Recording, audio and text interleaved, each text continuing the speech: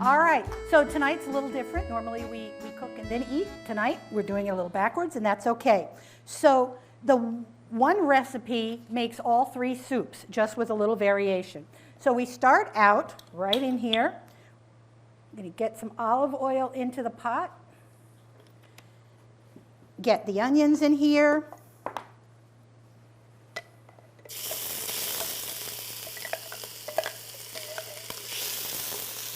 And we're going to get those cooking and sizzling very nicely right there. This recipe is very versatile. You can do a lot of different things with it. The cream version you cannot freeze, but the other two versions you can freeze. The cream just does not freeze well. So if you make a pot of it and you got a lot left over, you can freeze it. If it's the rustic version, which is the chunky one, or the plain version, which is just the smooth variety.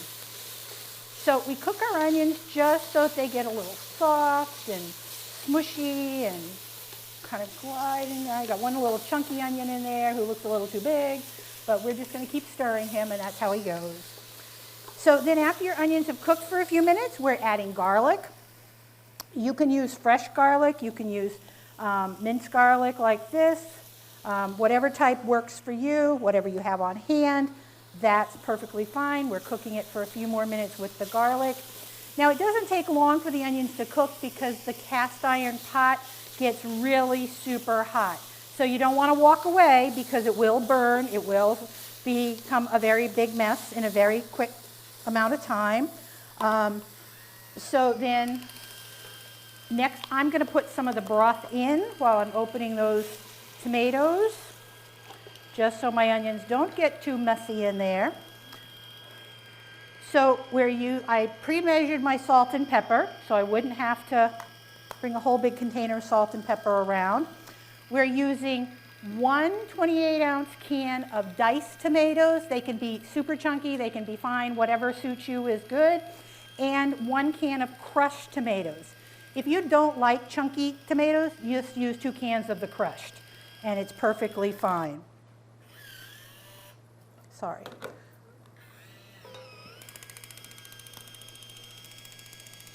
All right, so of all the nights it doesn't want to open for me. I have no fingernails right there. All right, there you go. All right, got those nice diced tomatoes in there. My favorite version is the chunky. I like all the chunks of tomatoes. That's my favorite for tomato soup. But my husband is totally go for the creamy deal only. For a long time, he wouldn't eat homemade tomato soup. It was that red can label or nothing. So he's come a long way. So now we're getting the crushed tomatoes in here. This is a soup that literally 20 minutes or less, and you can make this soup and have it right on your table ready to go. It's not something super complicated that takes 50 different steps. All right, so we have our oil, we've got our onions, we've got our garlic, our salt and pepper, our 2 types of tomatoes, and now we put in, you can use vegetable broth or chicken broth. I've used beef broth when I've had nothing else on hand. Any of them will work out just fine. All right, and now I'm going to turn that up so that it goes right to a boil. Once it comes to a boil, then we're going to turn it down and let it simmer for about 15 minutes. That's the rustic version right there. You don't have to do anything else to it. That's the rustic version. It's chunky, meaty, hearty, just like that. You can also add other things into it. If you look at the bottom of your recipe where it says additional variations, you could put cooked orzo pasta, cooked tortellini, mini cheese raviolis, any kind of pasta that you like, you could add in so that it's even a heartier soup. If you wanted to add some Italian seasonings, a lot of people like a tomato basil soup. You can add basil or Italian seasonings. You want to go with something spicier, you could do some cayenne and cumin and give it another flavor there. I made just the basic version, but this can take any kind of flavors that you like to add to it, and it's very simple and easy. So when this is all bubbled and boiled to the longest amount of time, what we're going to do is we're going to use this blender. If you're not familiar with them, this is either called a stick blender or an immersion blender. It's going to go right into the pot and blend it up right here, nice and hot, fast, and easy. You don't have to take it out, do anything else with it. You can use it right in your pot. If you don't have this type of a mixer, you can blend the soup in a blender, but it's got to be a blender that has a lid that can vent, because you can't put hot soup in and blend it with a lid on it, or it's going to literally straight up explode. You can't put it in a bullet type of a blender unless it's cold. So some people will make this soup the day before and then blend it when it's cold and then reheat it. This works really great, easy, simple, and we'll get to that point when that starts to get itself all simmered up and bubbling. So in the meantime, we're going to talk about things that go with tomato soup. So you have tonight, you've got grilled cheese sandwiches, which to me are a simple, easy kind of thing. When I'm cooking grilled cheese sandwiches at home, I'm doing them on my cast iron skillet because that's what I like the best. When I'm doing it for a crowd, they're going into the oven at 400 degrees and they're cooking that way, so you can do a whole sheet pan full of them, quick and fast and easy. So what do you put on your grilled cheese sandwich? Well, that's a debate from where you come from and where you live. Ultimately, you need some type of fat onto your bread. It can be butter, it can be olive oil or avocado oil, whatever type of oil you choose to use, or you can use mayonnaise, which some people say, what? Mayonnaise is made with eggs and oil. It's an oil-based product. It will give you very crispy, wonderful crust. You're not putting tons of it, you're using a very thin layer. What do I like to use the best? I like a combination of olive oil and butter because the olive oil gives it a nice, really crisp crunch, but so does the cast iron. The cast iron is going to give you that crispiness because it gets a super high temperature. What kind of cheese do you use in grilled cheese? Well, standard grilled cheese is American cheese, and that's what you got tonight. We went plain, simple, American. You can use any type of sliced cheese that you like and that you have on hand. Just remember that some cheeses take longer to melt and some will melt faster than others. If it's a slower melting cheese, grate your cheese and put it on the bread instead of a slice. If it's a thinner, faster melting cheese, then make sure it's a slice. But you can use any combinations of cheese that you like and that works for you. Same for bread. What you have tonight is regular sandwich bread. Simple and easy. But you can use any other type of breads. You can use sourdough breads, thick farm type breads, bread you've made yourself. Any kind of bread will work. So those are your things. The other item you have for tonight is you've got buttermilk biscuits that have cheese in them. It's a little different from doing a grilled cheese. It's a cheese biscuit. And if you're in the South, cheese biscuits go with almost everything. So, you know, that's where I come from. And again, at home, I bake those in my cast iron. Fast, simple, easy. The keys to good biscuits are use a super hot oven, 450 degrees, quick, fast, easy. You think 450 degrees for bread, it's going to burn fast. Nope, it's going to cook wonderfully, but 10 minutes and it's done. How do you know it's done? The top is just starting to get a little bit light brown. If you wait till the top is very crusty golden brown, the bottom's going to be burnt. So light color on the top. How do you get your biscuits to rise and be fluffy? Don't squash them. That's the key. Don't squash them. Don't use a rolling pin. Press your dough down gently with your hand till it's about 1 inch to 1.5 inches thick. You don't want thin dough or you're going to have a little thin, crispy, cracker type biscuit. Use a cutter of any type that's round.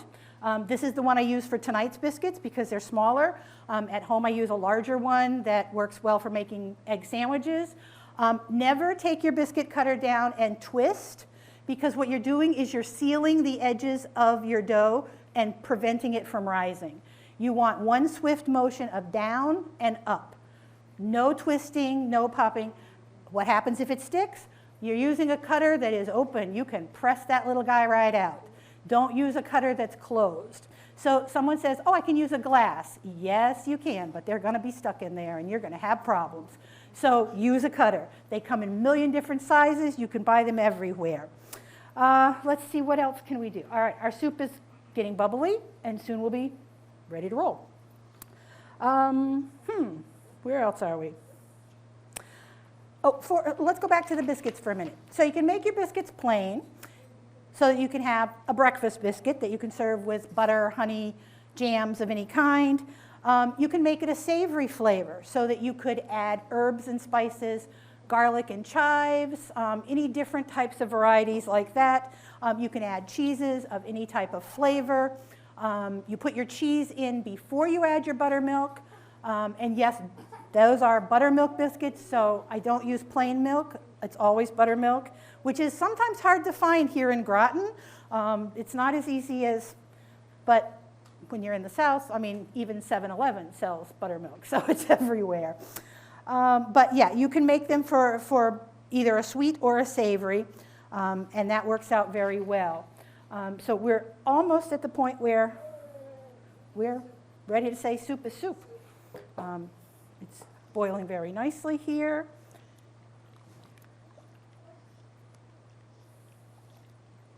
And really, this soup is ready to eat at this point right here. It doesn't need anything else, just needs to be ladled into a bowl. It's that fast, it's that quick. That's the chunky version right there. And my pot is up to about right here, so that's how much it's made. It's made about half of a pot of soup. But now, if I want the creamy version, I'm going to take the immersion blender. I put it right down,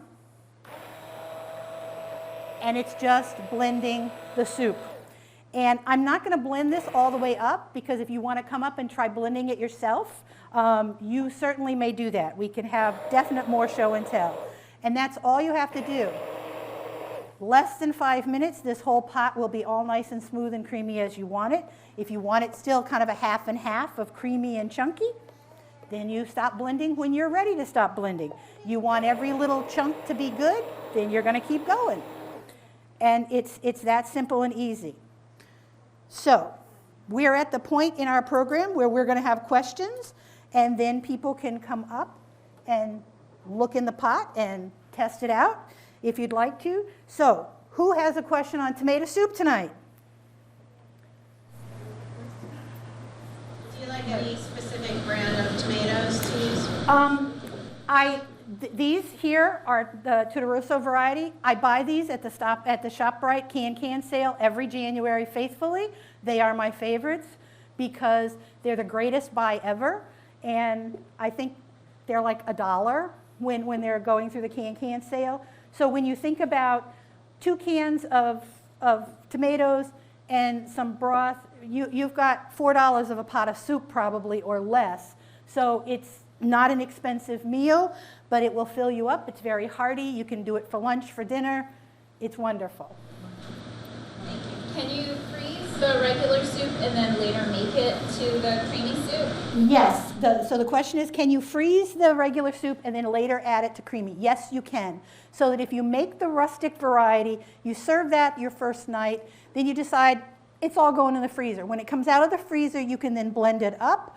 You can add your cream at that point and serve it all over again, and it's perfect. But the cream does not freeze well, so the blended version, which is the plain, and the rustic, those are the ones to freeze. What you got, Mario? The grilled cheese part, you don't have to flip it, you just keep it on the cookie tray and in. No, you flip them halfway through. Okay. Yep, flip them halfway through. If you're doing grilled cheese in the oven, flip them halfway through just like you would if you're doing them in a skillet, because ultimately it's going to toast on one side more than the other, so you're going to flip halfway through. Yep. Is there another question back there? Yes? How long does the creamed tomato last after in the refrigerator? You're good for 3 to 4 days in the refrigerator with anything with cream or milk. After that, I wouldn't trust it. Yep. Anybody else for questions? Or if you're adding like pasta or stuff, what's the rationale for cooking it and then adding it versus just putting the, dried pasta in and cooking it in the pot?